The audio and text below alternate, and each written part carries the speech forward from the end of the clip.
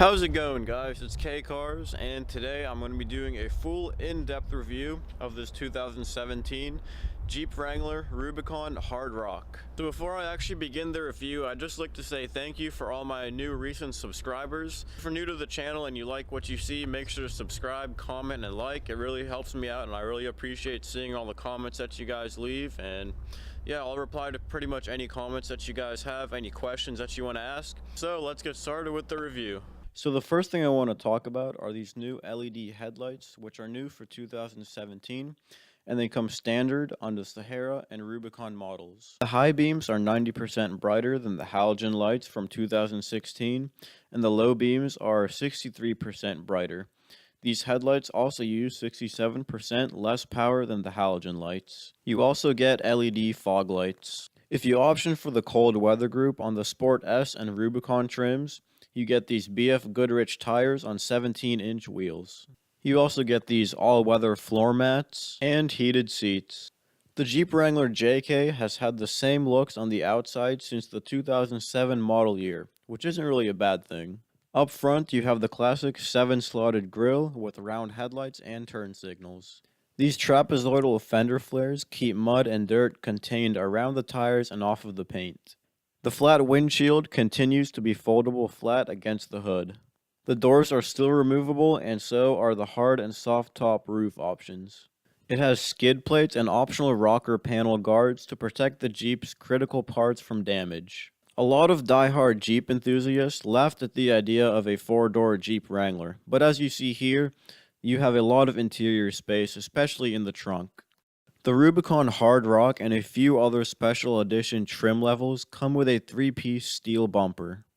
The center section is upgradable to house an electric recovery winch. The sides are also removable for an improved approach angle. You also have a corresponding rear steel bumper. This Jeep has the optional hardtop for those people who want more insulation from the outside world. It's called the Freedom Top, and it comes in 3 pieces. The main piece that covers the rear of the Jeep, and the 2 panels that cover the front. The interior can be washed out with a garden hose because it does have removable drain plugs. The rear seats fold flat, allowing for a full load space without having to actually take the seats out. And as you can see here, there's plenty of room for storage when the seats are down. The gauge cluster has 2 main analog dials for speed and RPMs. A small driver information screen below the speedometer shows stuff like mileage, tripometer, fuel consumption, and tire pressure. The infotainment options are really outdated, and as you can see here, they do show their age. The 4-door Wrangler offers a full-size second-row bench seat with seating for 3 people. Now let's talk about the engine in the Jeep Wrangler.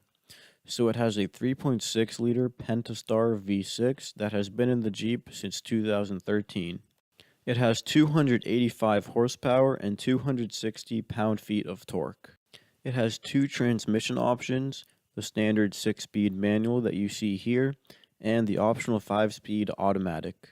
The Wrangler rides on 2 solid axles held in place by multi-link suspension systems. Coil springs and monotope shock absorbers cushion the ride. The Rubicon comes with stronger Dana 44 axles in both the front and rear, along with a lower crawl ratio in its Rocktrack part-time transfer case of 4:1. The Rubicon has front and rear electronically locking differentials, making all 4 wheels turn at the same speed. When off-roading is zero slip between the tires, meaning if one wheel loses traction, the differential doesn't send power to the path of least resistance, as common with a standard open differential. Once the rear differential is locked, you can then lock the front differential, and with both differentials locked up, all 4 tires spin at the same time, regardless of traction.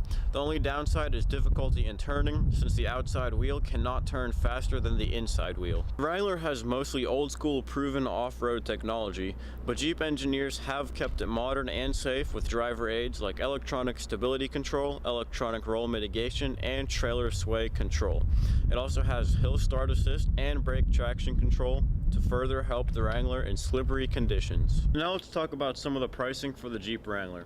So the base sport model limited 2-door starts at around $24,000. If you get the base model of the 4-door, it starts at around $28,000. If you get a fully optioned Rubicon model, it can get really expensive. It could go up to over $50,000. So guys, like I said in the beginning of this video, this is a 2017 Jeep Wrangler Rubicon Hard Rock. I'm going to go over some of the details of what makes a Rubicon, and what separates the Hard Rock from the regular Rubicon.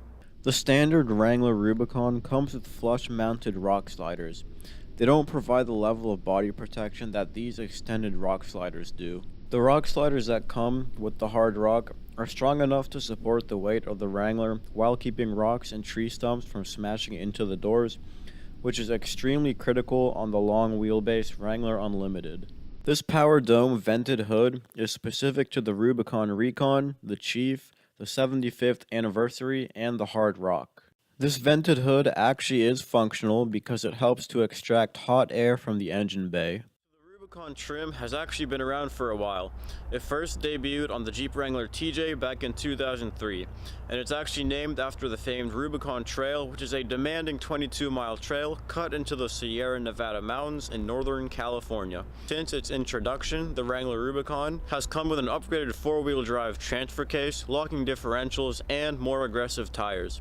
And Jeep actually says the Wrangler Rubicon is designed to go through the Rubicon Trail straight from the factory, and that has been proven several times. So Jeep actually launched the Rubicon Hard Rock Edition model for 2015. Hard Rock actually takes the Rubicon's mechanical upgrades, and it also has upgraded body parts. It also has an upgraded interior, and it has features that you would normally have to pay more for in a regular Rubicon, which comes standard on the Hard Rock, such as a 9-speaker Alpine audio system, connectivity group, and black leather seats. So the sway bar actually acts as a spring between the tires on an axle. Sway bar helps minimize body roll and turns. This is great for on-road usage, but for off-road, sway bars actually limit wheel and axle articulation, and therefore they limit the wheel travel up and down. That's why you're able to electronically disconnect the sway bar. And what's great about this electronic disconnecting sway bar is that, unlike in the past, you don't have to crawl under the Jeep with a socket to manually disconnect it. So it's really convenient that the sway bar can be disengaged with a button from the driver's seat. This actually gives you 33% more travel while off-roading. Once you start going over 18 miles an hour, the computer automatically connects the sway bar, because if you go over 18 miles an hour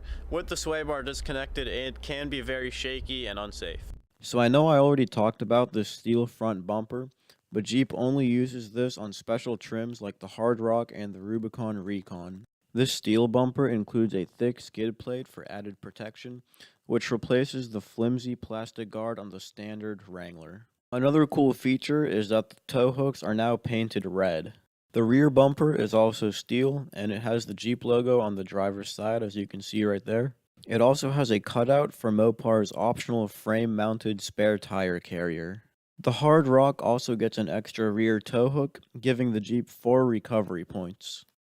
I hope I answered any questions that you guys had about the Jeep Wrangler Rubicon Hard Rock, as well as giving you guys some information about the standard Jeep Wranglers. If you guys have any questions about any kind of Jeeps, make sure to drop those in the comments. I'll try my best to answer every single comment. And this is actually my first time doing a full in-depth review like this, so if you guys enjoyed it, make sure to like, comment, and subscribe. And if you guys want me to do some more reviews like this style, make sure to also let me know in the comments.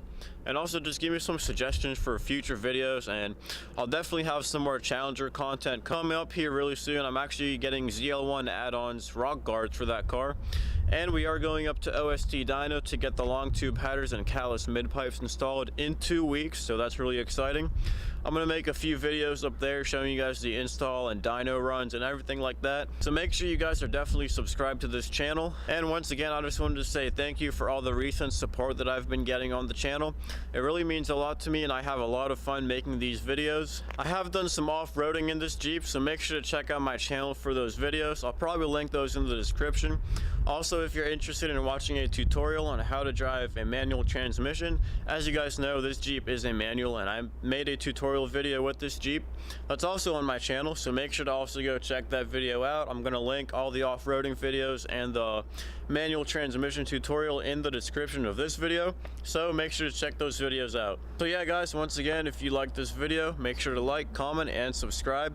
Check me out on Instagram too at @kcars_. I post some channel updates and pictures and stuff like that. So yeah, as always, thanks for watching.